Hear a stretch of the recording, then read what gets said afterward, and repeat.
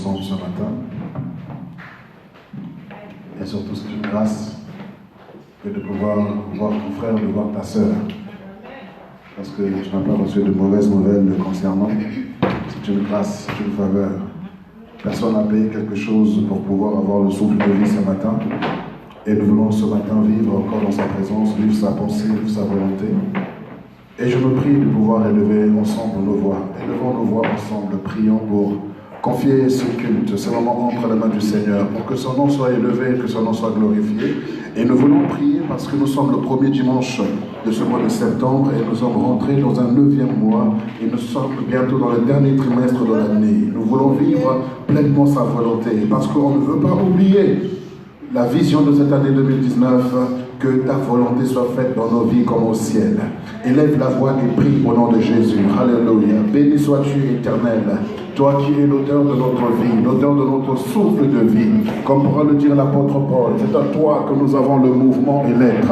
C'est en toi, Seigneur, que nous avons le mouvement et l'être, ô grand Dieu. Nous bénissons ton nom parce que tu es fidèle. Nous bénissons ton nom parce que tu ne changes pas. Nous bénissons ton nom parce que tu nous aimes. Nous bénissons ton nom parce que tu as un plan pour tout un chacun de nous, même quand on ne comprend pas, même lorsque, Père, on ne saisit rien. Nous savons, ô Dieu, que nous sommes dans ta sûre main, Seigneur. Et lorsque tu nous conduis, Seigneur, tu nous conduis vers des eaux paisibles et vers de verts pâturages. Seigneur, ce matin encore, nous sommes dans ton plan, nous sommes dans ton projet, nous sommes dans ton processus, nous sommes sur le chemin, ô Père Céleste, que tu avais tracé pour nous, parce que nous t'avions demandé pleinement, ô Dieu, et nous renouvelons cette demande chaque jour, que ta volonté soit faite dans nos vies. C'est pourquoi nous avons la certitude que tu conduis chacun de nos pas, que tu nous orientes, ô Dieu, tu nous sors, ô Père, des chemins, Papa de gloire, ô Seigneur Dieu, qui ne sont pas à la gloire de ton nom, tu nous sors, ô Père Céleste, des terrains, ô Éternel, qui n'ont pas été bâtis par toi. Tu déracines une plante qui n'a pas été plantée par toi. Et ce matin, Seigneur, nous voulons te rendre grâce, nous voulons te rendre gloire, nous voulons t'exalter, nous voulons te magnifier, nous voulons te célébrer, nous voulons te sanctifier encore aujourd'hui, en ce premier dimanche, Seigneur, de ce mois de septembre, ô grand Dieu. Nous sommes encore heureux de savoir que tu nous as donné la vie, heureux de savoir que nous sommes rentrés dans ce 9e mois, ô Éternel.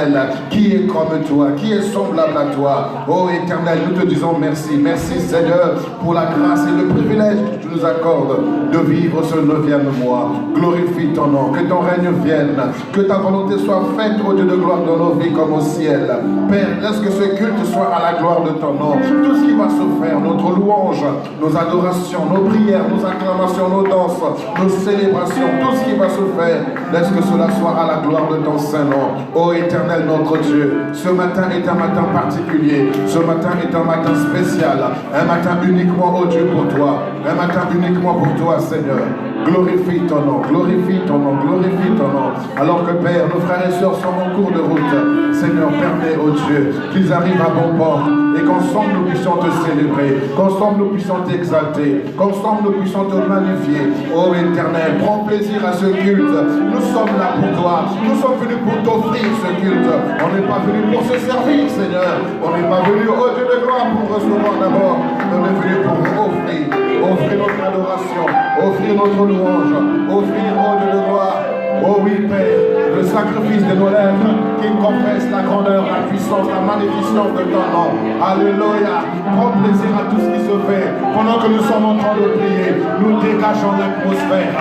Nous dégageons l'atmosphère. Père Céleste, nous dégageons l'atmosphère.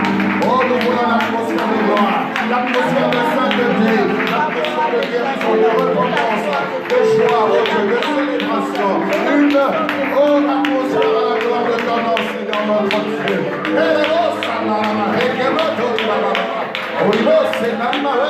Oh, Seigneur notre Dieu, règne. Seigneur Dieu, adresse les culte. Pardonne, Seigneur, nos offenses, pardonne nos erreurs. Que le sang de Jésus, le sang de l'agneau, qui lave nos consciences, qui lave nos cœurs, puisse encore agir en ces lieux, afin qu'au travers du sang, que nous ayons la vie et que nous transmettions la vie, Seigneur. Car sans effusion de ton sang, Jésus, personne ne pouvait être sauvé. Merci, Seigneur. Reçois toute la gloire, reçois la magnificence. Au nom de Jésus. Amen. Amen. Merci Seigneur. David le chante. Il va vous introduire dans ce moment. Et donc, l'adoration à mon Dieu.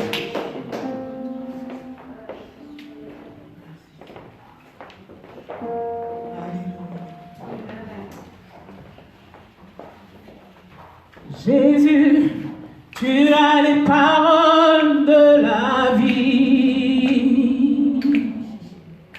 Oh Jésus, tu as les paroles de la vie. Seigneur, à qui irions-nous? À qui irions-nous? À qui irions-nous? À qui irions-nous? À qui irions-nous? Oh, à qui irions-nous? À qui irions-nous, Seigneur? À qui irions-nous? Oh, c'est toi qui as les paroles de la vie. À qui Jésus irions-nous? À qui irions-nous? À qui Seigneur irions-nous? À qui irions-nous?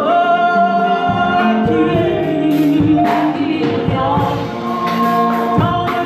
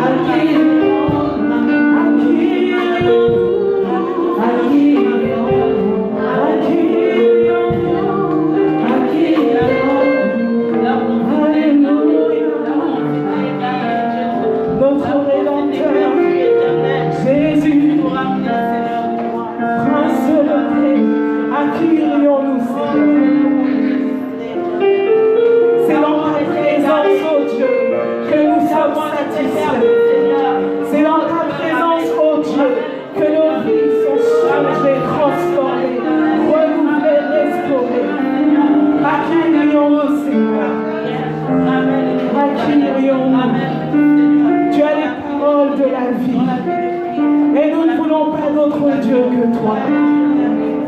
Nous t'aimons, Seigneur Jésus. Nous sommes infiniment reconnaissants pour tout ce que tu as accompli dans nos vies. Merci pour ta bonté. Merci pour ta grâce. Merci pour ta parole, oh Dieu. Alléluia. Nous ne voulons pas aller vers d'autres dieux. Oh oui, Seigneur. Nous ne voulons pas adorer un homme. Mais c'est toi seul, Seigneur Jésus, que nous voulons adorer. C'est toi seul, Seigneur, que nous voulons glorifier. C'est toi seul, Seigneur, que nous voulons exalter. Toi seul, Seigneur, que nous voulons bénir ce matin. Alléluia. Règne en majesté au milieu de ton peuple. Règne, Seigneur. Alléluia. À qui irions-nous? À qui irions-nous? À qui irions-nous? À qui irions-nous? À qui irions-nous? À qui irions-nous? À qui irions-nous? À qui irions-nous?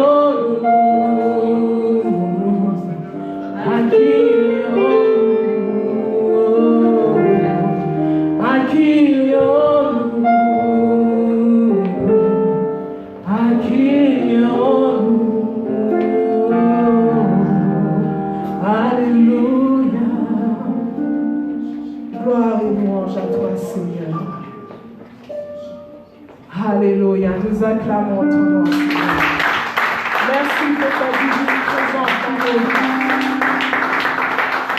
Merci, Seigneur, pour ta divine présence dans nos vies. Oh Jésus.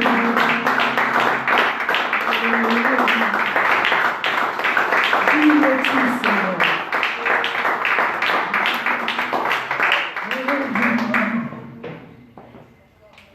Je parlerai de ta bonté, de ta fidélité. Je dirai tout haut, tout haut, tout haut, ce que tu as fait pour moi. Je proclamerai la gloire de ton nom. Je parlerai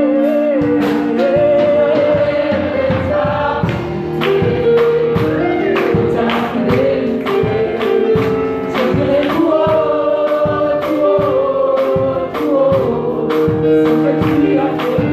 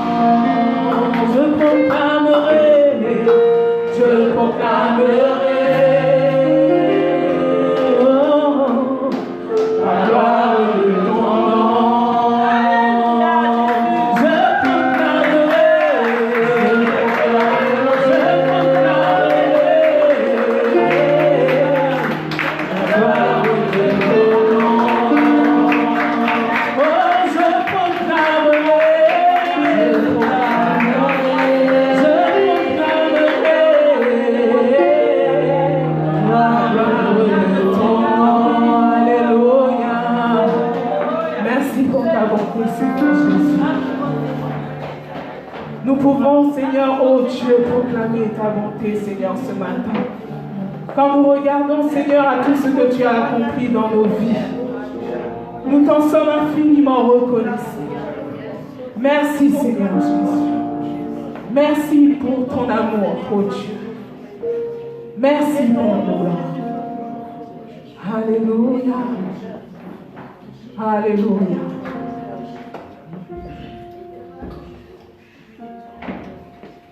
Généralement, la bonté des hommes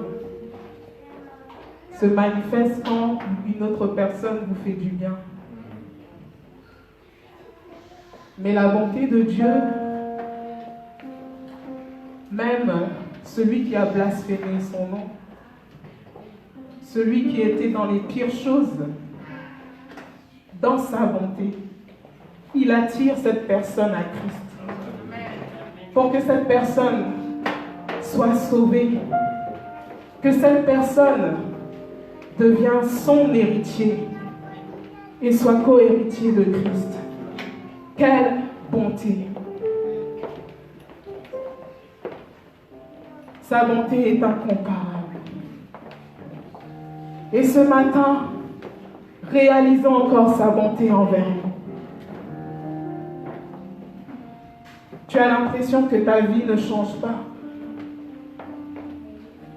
Mais regarde il y a 10 ans en arrière et tu verras que quelque chose a changé, que quelque chose a été ajouté, que quelque chose aussi a été ôté. Notre Dieu est bon. Il agit en son temps. Il agit en son temps.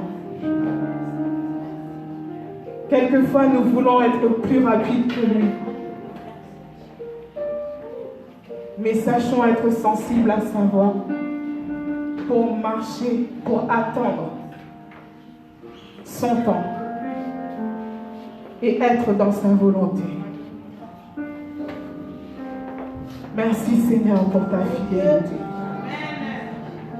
Merci Seigneur pour ta bonté. Merci Seigneur pour ce que tu as fait de nous aujourd'hui. Et merci Seigneur pour ce que tu as accompli pour nous demain. Reçois la louange, l'honneur, la puissance et la gloire.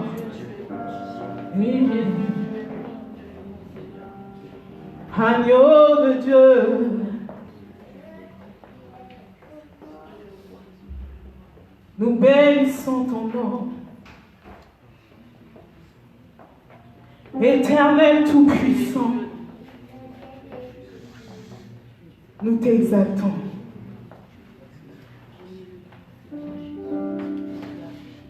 Alléluia.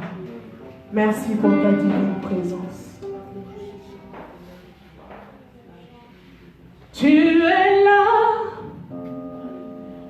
présent parmi nous, nous t'adorons, nous t'adorons. Tu es là, agissant en ce lieu, nous t'adorons, nous t'adorons.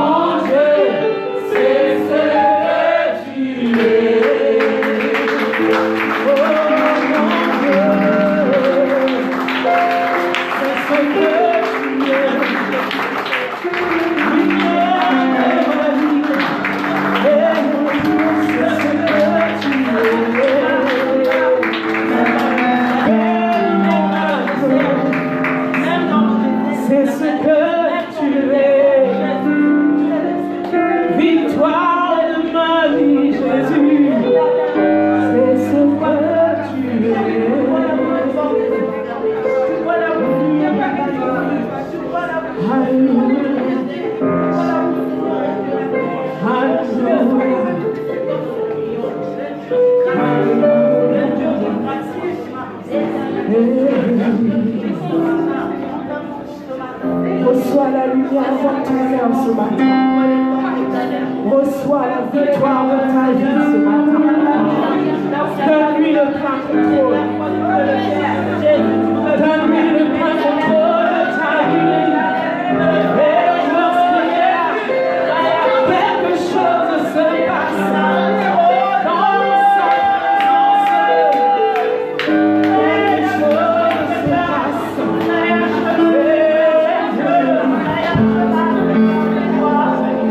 Donne-lui tout ton plein contrôle.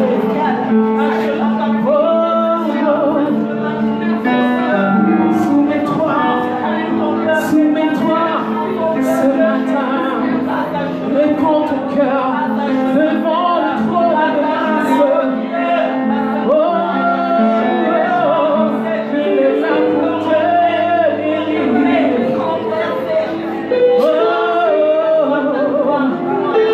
Il entend tes cris. Oui, sa magie.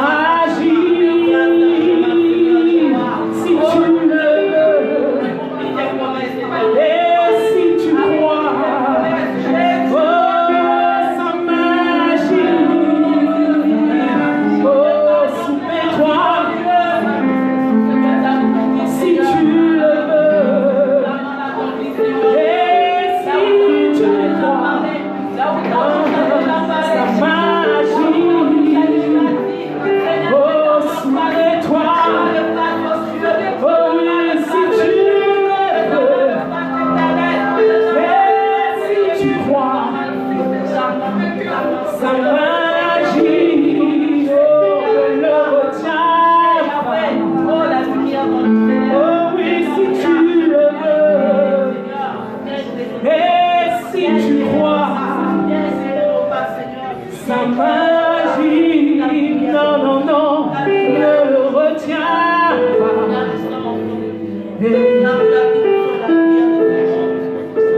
Fais ta volonté, Seigneur. Fais ta volonté, Seigneur. Que ta main agisse. Fais ta volonté, Jésus. Nous sommes disposés à recevoir la nouveauté que tu as déposée pour chacun de nous. Oh oui, Seigneur. Nous nous soumettons à ton esprit. Conduis-nous, Seigneur. Alléluia.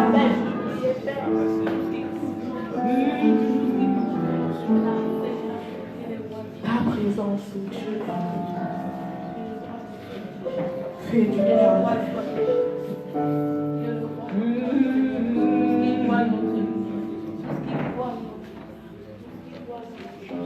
Quand la femme qui avait cette perte de sang est entrée dans la présence du Seigneur, sa vie fut transformée.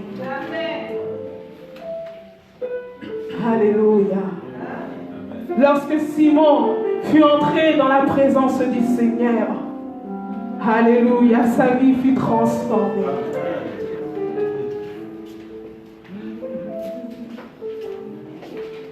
Lorsque Moïse, alléluia, entra dans la présence du Seigneur,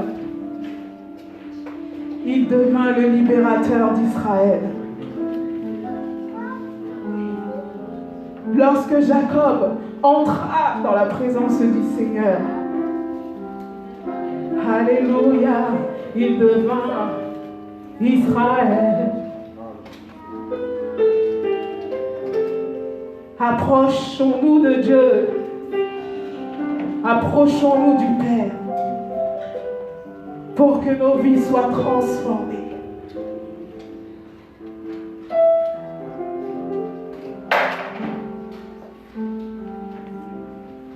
Il ne passe pas en vain, mais c'est pour que ta vie soit transformée.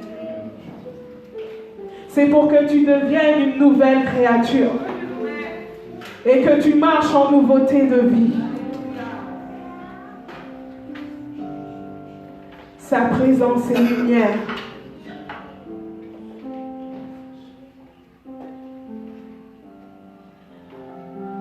Soumettons-nous à Dieu. Accomplissons sa volonté.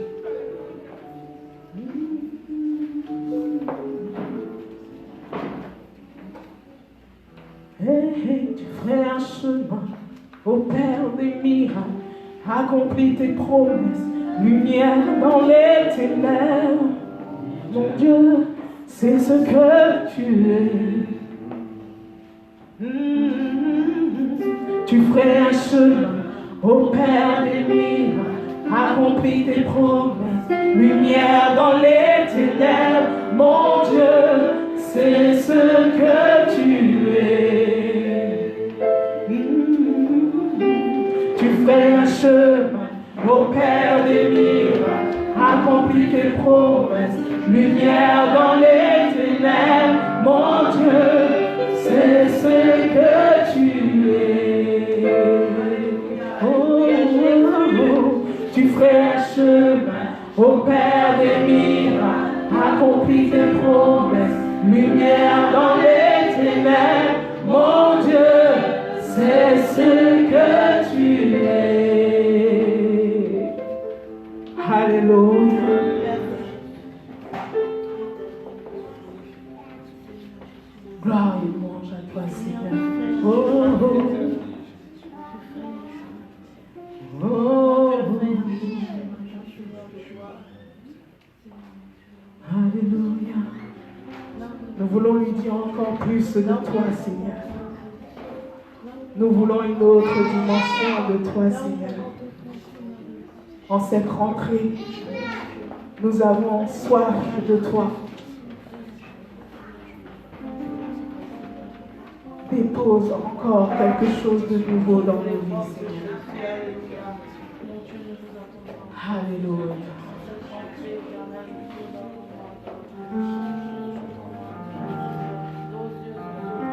Plus de toi, Seigneur, plus de toi, plus de ta ressemblance, plus de toi, plus de discernement de ta voix, de ta volonté, Seigneur, plus de toi, plus de toi, Seigneur, plus de toi, plus de ta ressemblance, plus de toi, plus de discernement de ta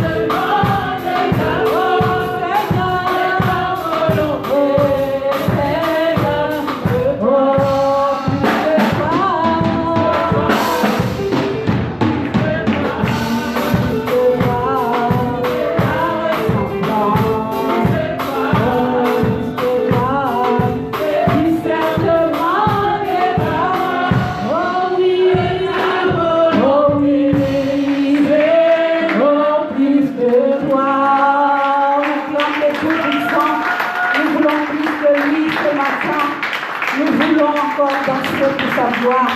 Alléluia. Il est le même hier, aujourd'hui, éternellement. Il n'a jamais changé. Amen. Il est le même hier, aujourd'hui. Il est le même éternellement. Il est le même hier, aujourd'hui. Il est le même éternellement.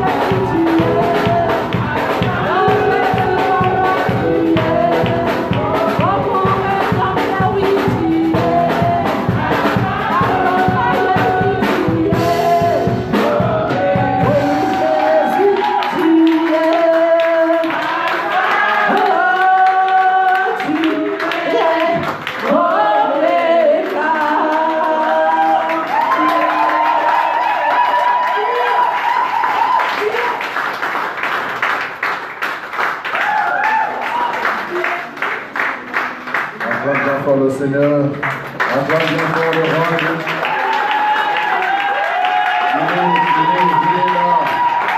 Il est présent, notre Seigneur. Et il est l'alpha, il est l'oméga. Il est celui qui commence et celui qui achève. Et il est celui qui ne change pas. Il est au commencement de ton histoire et il sera aussi à la fin de ton histoire. Il connaît ton parcours avant qu'il ne démarre. Et il connaît ton parcours à la fin, après la fin de ton parcours sur la terre. Il est l'alpha, il est l'oméga. Il est omniscient, omnipotent, omniprésent. Oh éternel notre Dieu, ton nom est glorieux, ton nom est incomparable, ton nom est magnifique. Ton nom, Seigneur, surpasse tout autre nom. Riribo Samba, Riribo Samba. Oh Seigneur Dieu, je prie de tout cœur que ce matin ne soit pas un matin, Seigneur, comme les autres. Nous ne voulons pas un dimanche comme les autres, Seigneur. Laisse que ce dimanche soit différent des autres dimanches, Seigneur. Laisse que ce matin soit particulier, spécial pour ta gloire. Saint-Esprit de Dieu, à quoi bon revivre un dimanche comme celui d'avant? À quoi bon vivre un jour comme les autres? À quoi bon vivre un jour ordinaire? Parce que tu es extraordinaire. Et tout ce que tu fais est extraordinaire. Cela sort de l'ordinaire. Nous sommes fatigués de vivre l'ordinaire. C'est pourquoi ce matin, Seigneur, donne-nous encore de vivre une autre dimension de toi, une autre dimension, une autre position, Seigneur, une autre orientation de toi. Merci parce que tu es présent au milieu de nous ce matin. Et je sais que quelque chose de merveilleux se passe dans nos cœurs pour la gloire de ton nom. Au nom de Jésus. Amen. Amen.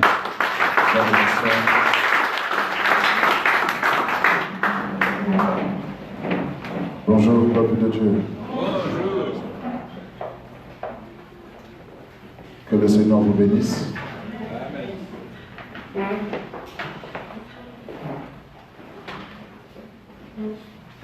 On bénit le Seigneur pour ceux qui sont rentrés des vacances. Bienvenue le Seigneur pour ceux qui ne sont pas encore rentrés. Alors vous qui êtes au fond, veuillez vous rapprocher sur le devant, veuillez vous rapprocher s'il vous plaît, n'ayez pas honte, n'ayez pas peur. Personne ne sera interrogé, personne ne va prêcher à ma place. Bien que j'aurais bien aimé, mais avancez, avancez. Amen.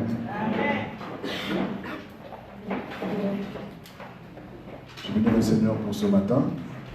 Nous sommes le dimanche 1er septembre, le premier jour de la semaine selon le Seigneur, selon la parole de Dieu, et le premier jour de ce mois de septembre. Alors nous allons prendre nos livres, dans le livre de Luc, chapitre 15. Nous voulons saluer ici la présence du pasteur Isabelle qui est là avec nous ce matin, avec son époux, mon frère et mon ami, mon pasteur Timothée. Est-ce qu'on va acclamer le Seigneur pour ce couple merveilleux? Et nous avons aussi avec nous un ange parmi les anges, un ange parmi les hommes. Et il nous a fait encore le privilège d'être avec nous pendant 2 semaines. Donc il nous vient de la Côte d'Ivoire. Il est déjà venu ici, ce n'est pas la première fois. C'est la seconde fois qu'il vient parmi nous en France. Et à chaque fois que nous sommes à Abidjan, c'est lui qui nous escorte, qui met à disposition ses véhicules pour que nous puissions nous déplacer aisément et que nous ne puissions pas payer les taxis. Et il est là. C'est un homme d'affaires, lui c'est un prédicateur. Ne l'appelez pas pasteur s'il vous plaît, c'est trop lourd sur ses épaules. Donc on comprend. Je ne sais pas, surtout les Béninois, ils n'aiment pas le titre pastoral. Même notre pasteur Timothée est du Bénin également, mais ils n'aiment pas le titre pastoral. Ils ont plus des affaires. Alors, je voudrais ici remercier donc le Seigneur pour la grâce qu'il nous fait de voir notre frère, encore une fois de plus, le frère Gabriel. Voilà. Que le Seigneur soit béni. Donc, moi, je l'appelle Ange Gabriel. C'est vraiment un ange. Alléluia. Donc, vous connaissez le pasteur Albert qui était avec nous ici il y a quelques mois en arrière, au mois d'avril plus précisément. Voilà, donc il travaille en étroite collaboration avec le pasteur Albert. Amen. Gloire à Dieu. Alors, on prend nos Bibles dans le livre de Luc, chapitre 15. Donc, votre maman, comme vous voyez, elle n'est pas là. Elle est en Belgique pour un programme spécial et elle rentre ce soir par la grâce de Dieu. Luc, chapitre 15, à partir du verset 11.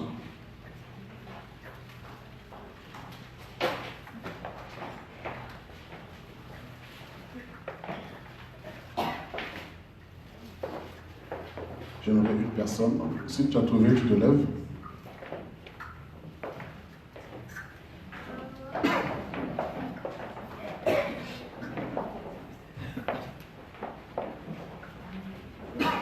Luc, chapitre 15, du verset 11.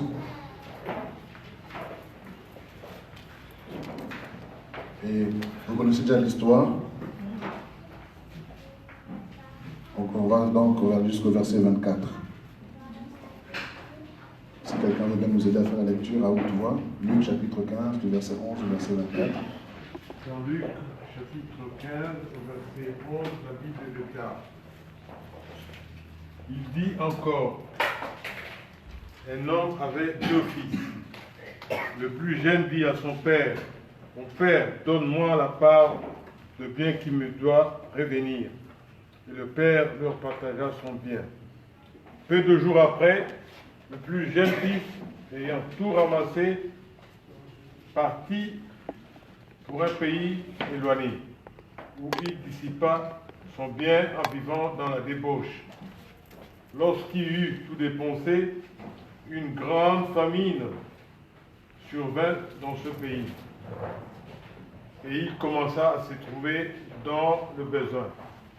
Il alla se mettre au service d'un des habitants du pays qu'il envoya dans ses champs garder le troupeau, les pourceaux. Il aurait bien voulu se rassasier des carouges que mangeaient les pourceaux, mais personne ne lui en donnait. Étant rentré à lui-même, il s'est dit, combien de mercenaires chez mon père ont du pain en abondance. Et moi ici, je meurs de faim.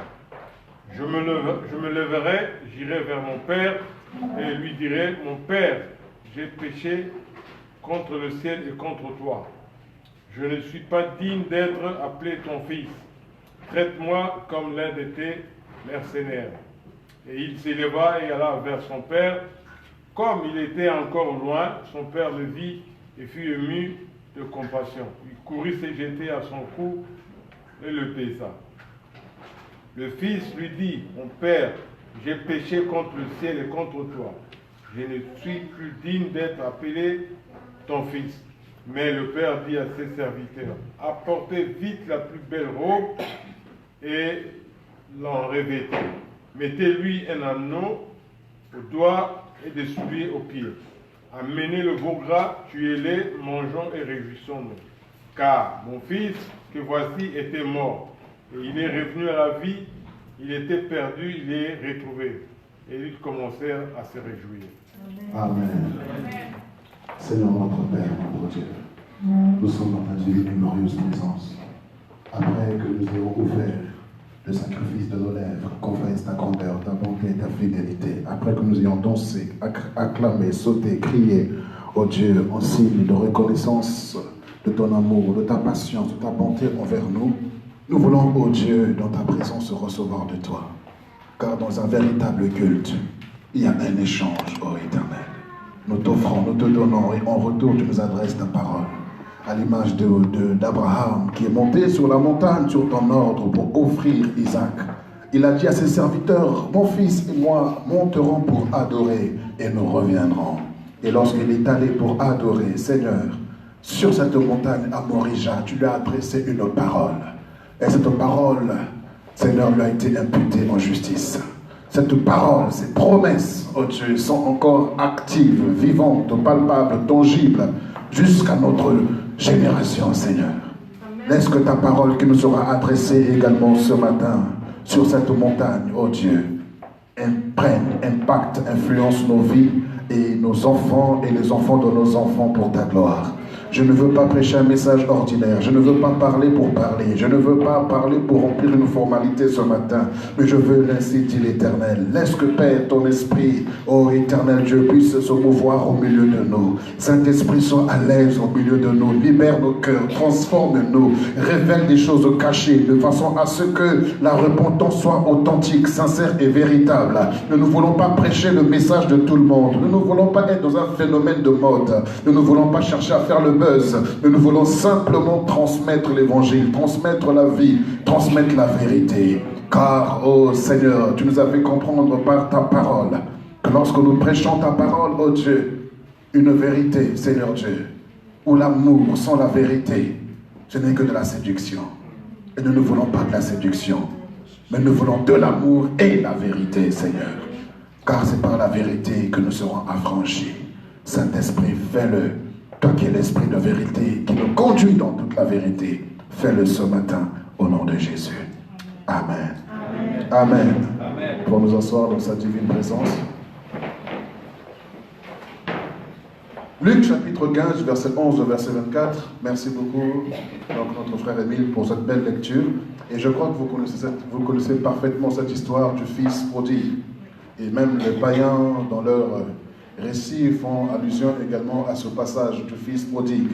Et le fils prodigue est avant tout un fils. Et un fils dans la maison de son père est un héritier. Un fils dans la maison de son père, ce n'est pas un étranger. Un fils dans la maison de son père, ce n'est pas un esclave. Un fils dans la maison de son père n'est pas un cousin, ni un neveu, mais un fils, celui qui a tout droit. Alléluia. Et on dit bien un homme avait 2 fils. Et on ne dit pas qu'il avait 2 enfants. Parce que la Bible fait la différence entre un enfant et un fils. Un enfant est celui qui est encore sous l'autorité parentale ou sous tutelle. Mais un fils, c'est quelqu'un qui est mature. Celui qui est en mesure de prendre le relais. Celui qui est en mesure de pouvoir assurer donc l'héritage de la famille.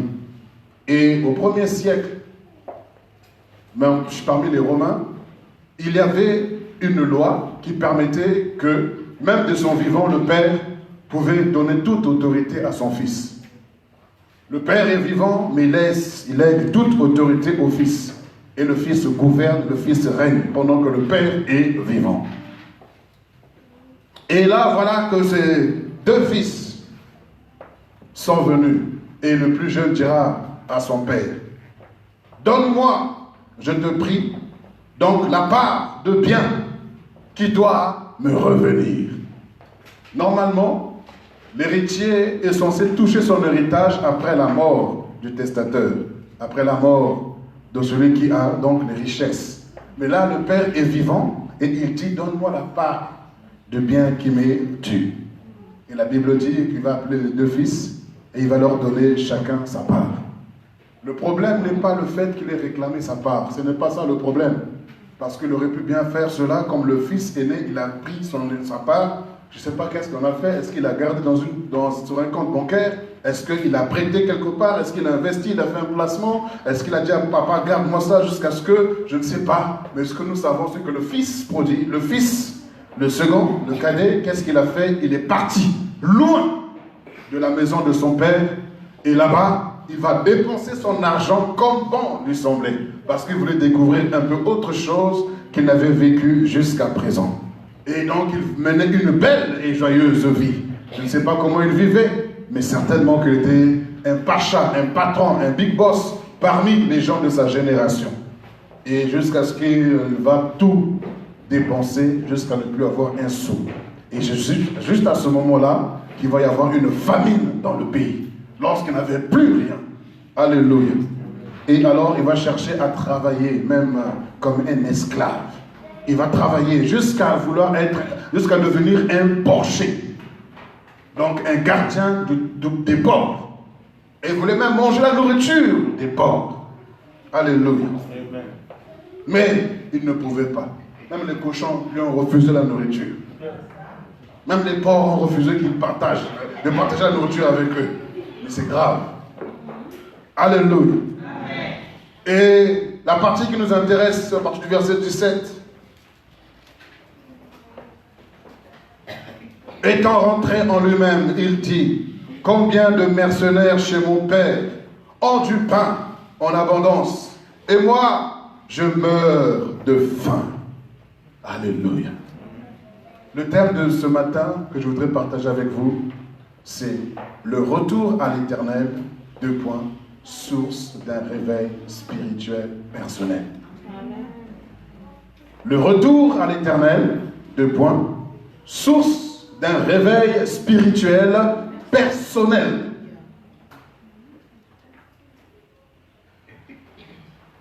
Alléluia. Le retour à l'éternel, source d'un réveil spirituel personnel. Frères et sœurs, vous savez, la repentance n'est plus prêchée malheureusement au milieu de nous. Et les hommes sont assoiffés de vouloir gagner les choses de ce monde, d'avoir des richesses, d'avoir des possessions, d'avoir de l'argent, d'avoir des millions, d'avoir je ne sais quoi, être connu, être reconnu. Mais mes frères et sœurs, toutes ces choses, tu le sais très bien, mais si tu n'es plus à l'éternel, toutes ces choses vont te précipiter dans la mort, dans le tombeau, plus vite que prévu. Le retour à l'éternel. Si tu veux réussir ta rentrée, il faut que tu reviennes de tout ton cœur à l'éternel. Réussir une rentrée, ce n'est pas le fait d'avoir son sac bien garni, avoir des belles chaussures, avoir de beaux vêtements.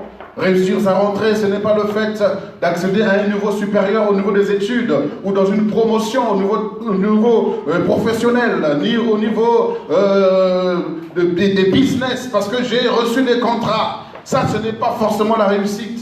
La réussite n'est pas ce qui est visible. Ce qui est visible, ce qui est invisible, c'est ça la véritable réussite. La réussite d'un arbre, ce n'est pas son feuillage. La réussite d'un arbre, ce n'est pas son tronc ni ses branches. La réussite d'un arbre, ce sont ses racines. L'iceberg, sa force n'est pas la partie visible, mais c'est la partie invisible. Et le fait de réussir ta rentrée, ce n'est pas ce que les hommes voient. C'est pas ça la réussite. Cette réussite, elle est éphémère. Elle est passagère. Mais la véritable réussite, c'est lorsque ton cœur est enraciné dans le cœur de Dieu. Lorsque ta vie est enracinée dans la présence de l'Éternel. Le retour à l'Éternel, source d'un réveil spirituel personnel. J'aime cet homme, j'aime ce jeune homme qui va rentrer en lui-même. La véritable réussite d'une rentrée, c'est d'abord de rentrer en toi-même.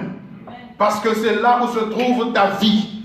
Ta vie n'est pas en dehors de toi-même. Ta réussite n'est pas en dehors de toi-même. Ton élévation n'est pas en dehors de toi-même. Personne ne te connaît mieux que toi-même. Personne ne sait ce que tu fais dans les coulisses mieux que toi-même. Personne ne sait ce que tu fais dans le secret mieux que toi-même. Et en général, on cherche à s'évader. On se cherche à s'évader, non pas du monde dans lequel nous sommes, mais on cherche à s'évader de soi-même. C'est pourquoi lorsque tu cherches à t'évader de toi-même, tu iras faire les boutiques. D'autres, pour chercher à s'évader d'eux-mêmes, ils vont boire de l'alcool. D'autres, pour chercher à s'évader d'eux-mêmes, ils vont chercher à manger du chocolat. D'autres, pour s'évader d'eux-mêmes, vont aller faire du sport. D'autres, pour s'évader d'eux-mêmes, vont chercher à faire le ménage à fond. Tu as l'impression que la personne elle est maniaque. Non, elle cherche à fuir elle-même sa propre personne. Or, le fait de t'enfuir, tu ne fais qu'empirer ton cas. Mais ce jeune homme, la Bible nous dit qu'il va sortir loin de la maison de son père. Il va s'éloigner. Et plus il s'éloigne, et plus il souffre. Plus tu t'éloignes de toi-même, plus tu vas souffrir. Il y a des situations, des réalités de ta vie que tu fuis. Parce que ta vie, en vérité, n'est qu'un ensemble de circonstances et des événements. Définir ta vie, c'est un ensemble des événements.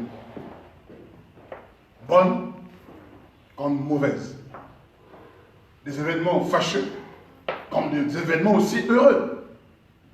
N'est-ce pas? Ta vie, c'est quoi? Le jour où tu es né, le premier jour où tu as commencé à marcher, le premier jour où tu as fait tes dents, le premier jour où tu as commencé à manger des nourritures solides. C'est un ensemble des événements.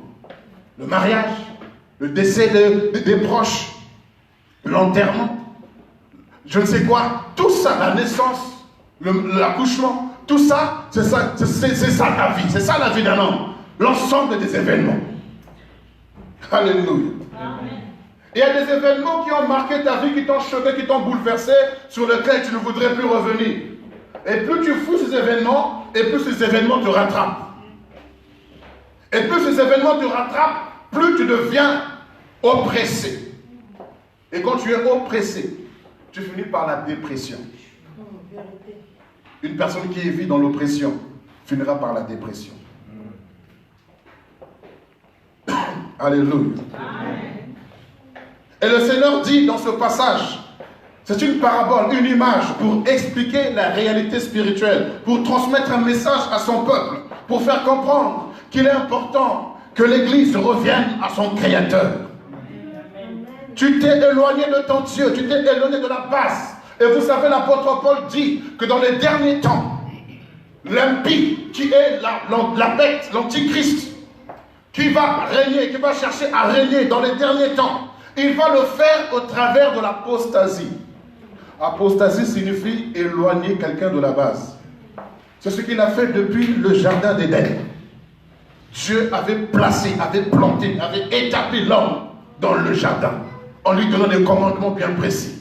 Mais le serpent a réussi à déstabiliser, à éloigner l'homme de la base, de la source, du lieu où Dieu les avait placés. Et c'est ce qu'il fait jusqu'aujourd'hui. Lorsque Jésus-Christ, notre Seigneur, il a été investi par le ciel, par le baptême de l'Esprit, en disant, celui-ci est mon fils bien-aimé, en qui j'ai mis toute mon affection. Juste après ça, le diable vient. Il cherche à éloigner le fils de la base. Ton plus grand péché, ce n'est pas de fumer. Ton plus grand péché, ce n'est pas de consommer l'alcool.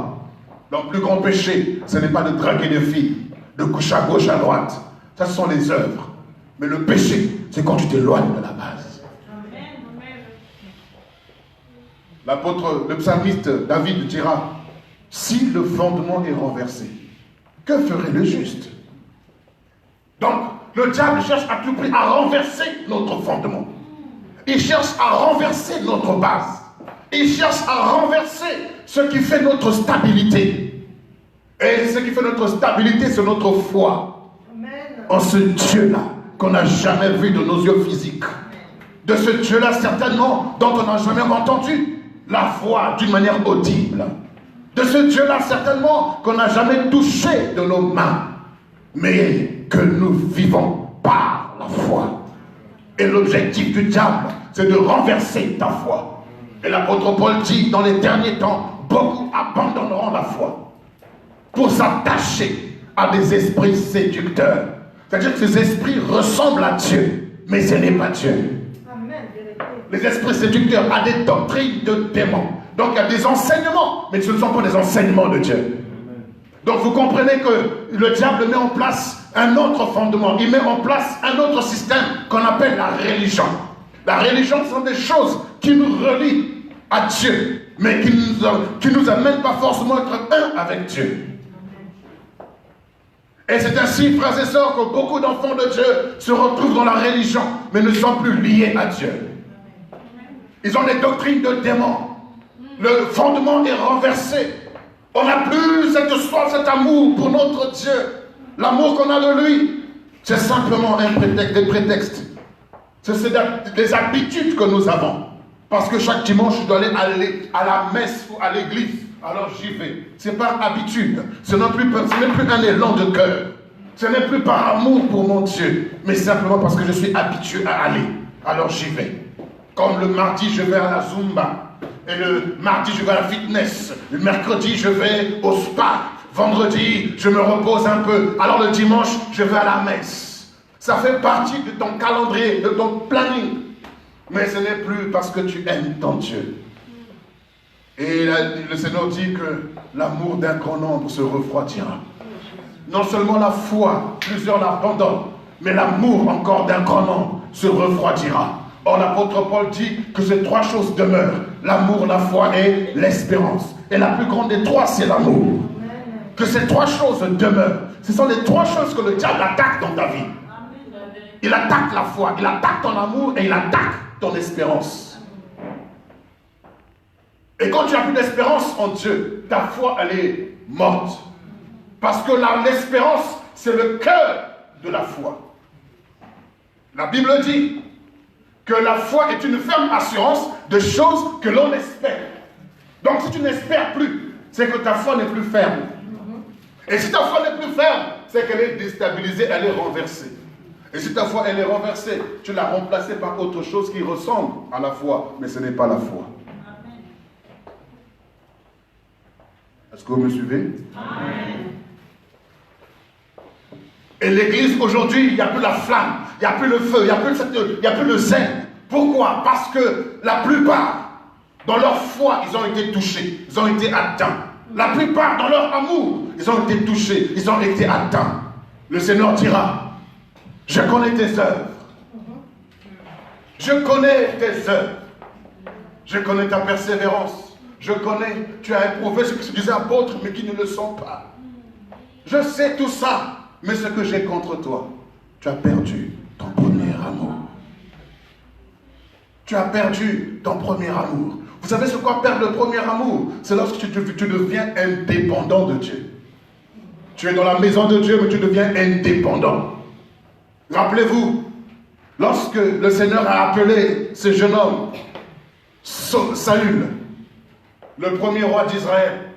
Saül était un berger derrière le troupeau de son père.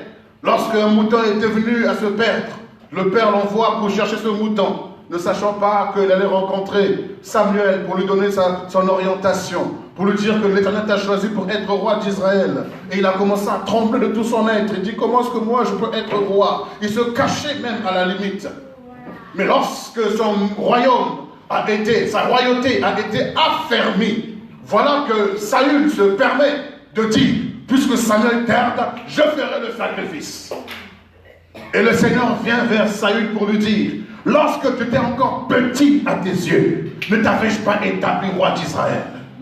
Lorsqu'on est encore petit à nos yeux, Dieu est tout pour nous. Dieu est grand, Dieu est fidèle, Dieu est merveilleux, Dieu est excellent. Dieu est tout pour nous parce que nous sommes encore petits à nos yeux. Mais lorsque Dieu a fermé notre ministère, lorsque Dieu a fermé nos affaires, lorsque Dieu a fermé notre mariage, lorsque Dieu nous a fermé dans tout ce dont nous avons, il y a risque de devenir indépendant. Et quand tu deviens indépendant, tu fais comme le jeune homme riche, ou cet homme, ce jeune, le fils prodigue. Tu dis à ton père, donne-moi la part qui m'est due. Et tu dis, je peux vivre en dehors de mon père. Je peux vivre loin de mon Dieu. Je peux vivre loin de ma maison familiale. Je voudrais voler de mes propres ailes. Vous savez, c'est bon quand vous quittez la maison avec la bénédiction du Père. Et cette bénédiction ne se force pas. Cette bénédiction ne se réclame pas. Elle ne se demande pas. Mais c'est le Père qui voit et qui dit, l'heure est venue. Et un Père qui voit, il prépare avant le départ.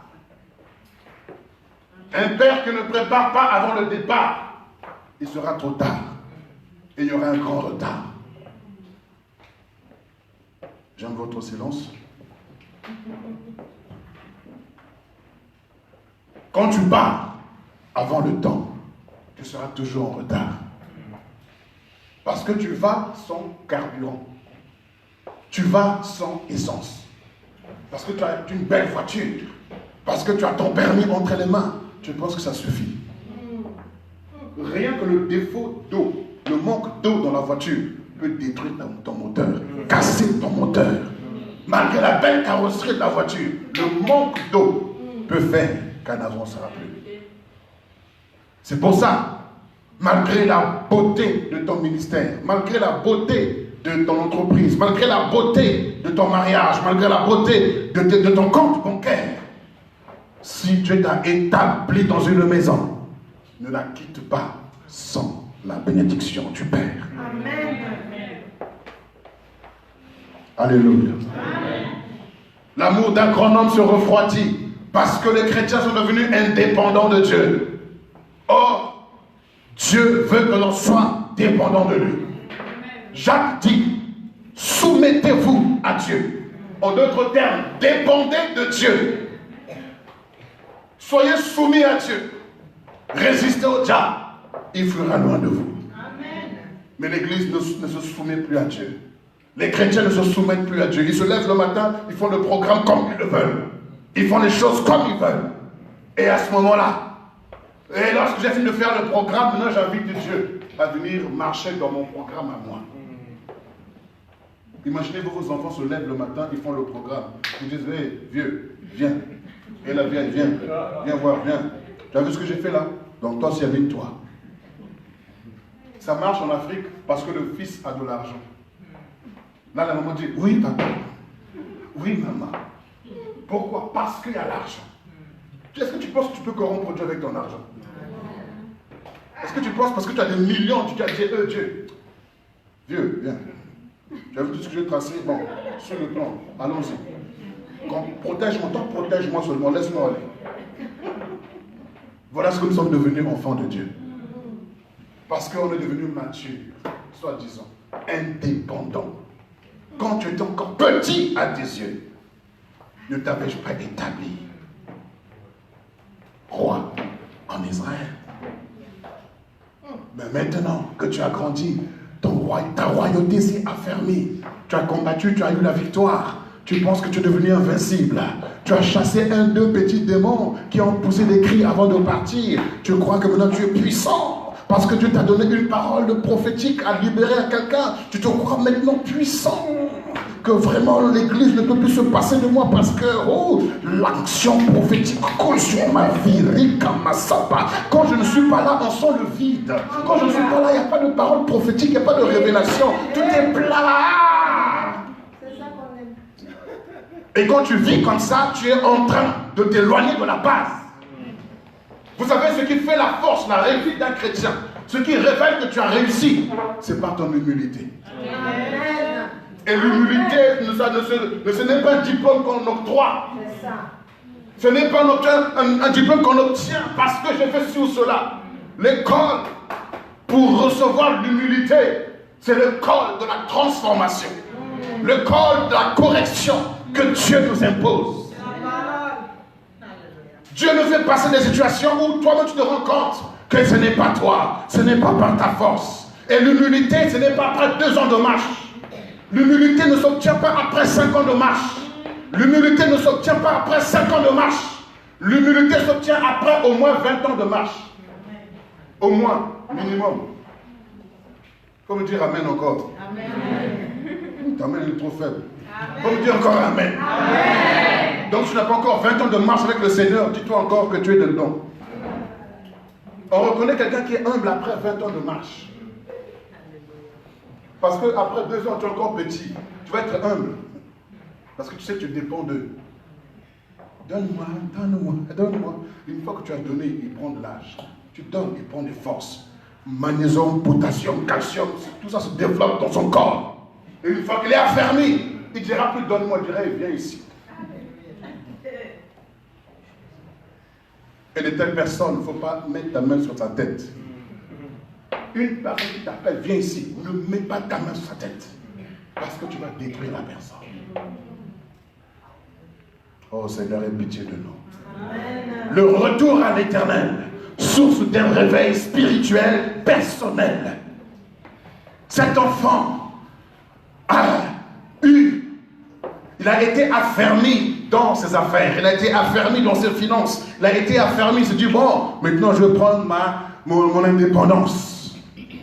Je veux partir loin du vieux. Comme ça, il ne va rien contrôler, il ne va rien gérer. Je vais faire ma vie, tranquille, pépère, cool, relax, et tout. Je vais prendre mon studio, et tout. Je vais taffer, tranquille, pépère, relax. Comme parlent les jeunes d'aujourd'hui. Et il est parti prendre son studio. Je ne sais même pas s'il a pris le studio. Certainement, il n'avait même pas la tête pour ça. Il a dû prendre une chambre d'hôtel. Pullman. Suite présidentielle. Il faut qu'il montre à tout le monde, le champagne coule à flot. Il faut qu'il montre à tout le monde que je suis le fils d'eux. Mais il oublie qu'en prenant son héritage, il s'est écarté carrément de son père. Il était fils d'eux. C'est comme il y a des boutiques en Afrique où il y a marqué la boutique de la petite sœur de l'ex-président de la République. Comme ça, moi, ça attire les regards. Ce garçon était devenu la boutique de l'ex-fils d'eux. Et nous sommes aussi devenus comme des ex-fils de Dieu.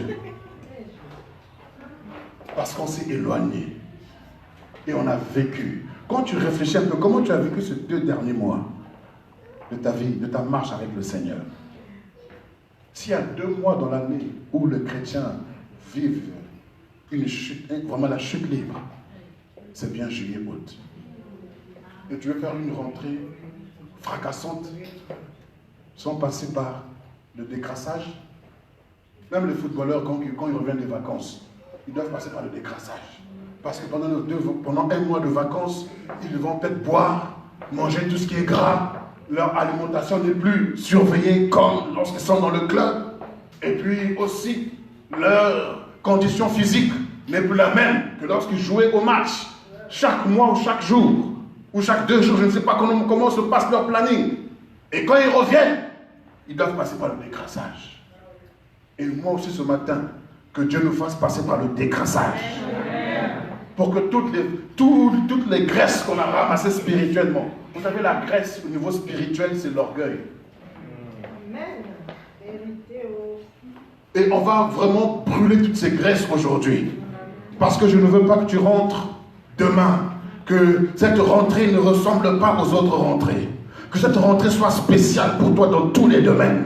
Que tu rentres avec une conscience pure. Que tu rentres avec une conscience restaurée. Que tu rentres avec un langage renouvelé. Que tu rentres avec de nouvelles visions, de nouvelles orientations, de nouvelles révélations. Que tu rentres dans cette rentrée-là. Parce que cette rentrée, en vérité, comme a dit Papa Talingano, c'est une nouvelle année. Alléluia. Et cet enfant devenu mature à ses yeux, il s'est éloigné de la base. Il a oublié son premier amour. Il a perdu complètement la vision. Son amour, sa foi, toute son espérance, tout était plongé, sombré totalement dans l'alcool, dans l'ivrognerie, dans tout ce qu'il a pu faire durant ce temps. Est-ce que ça a duré 1 an, 2 ans, je ne sais pas. Mais tout ce que je sais, à un moment donné, la Bible dit, il va rentrer en lui-même. Alléluia. Ésaïe chapitre 30, le verset 15. Oh Seigneur, pitié de nous, aide-moi. Ésaïe chapitre 30, verset 15. Vous connaissez le passage? Là, je vais lire un peu plus bas encore. Ésaïe 30, partir du verset 15. Car ainsi a parlé le Seigneur l'Éternel, le Saint d'Israël. C'est dans la tranquillité et le repos que sera votre salut. C'est dans le calme et la confiance que sera votre force. Mais, oh là là, mais vous ne l'avez pas. Vous avez dit, vous avez dit, nous prendrons. C'est pourquoi vous fuirez à la course. Nous monterons des coursiers légers. C'est pourquoi ceux qui vous poursuivront seront légers.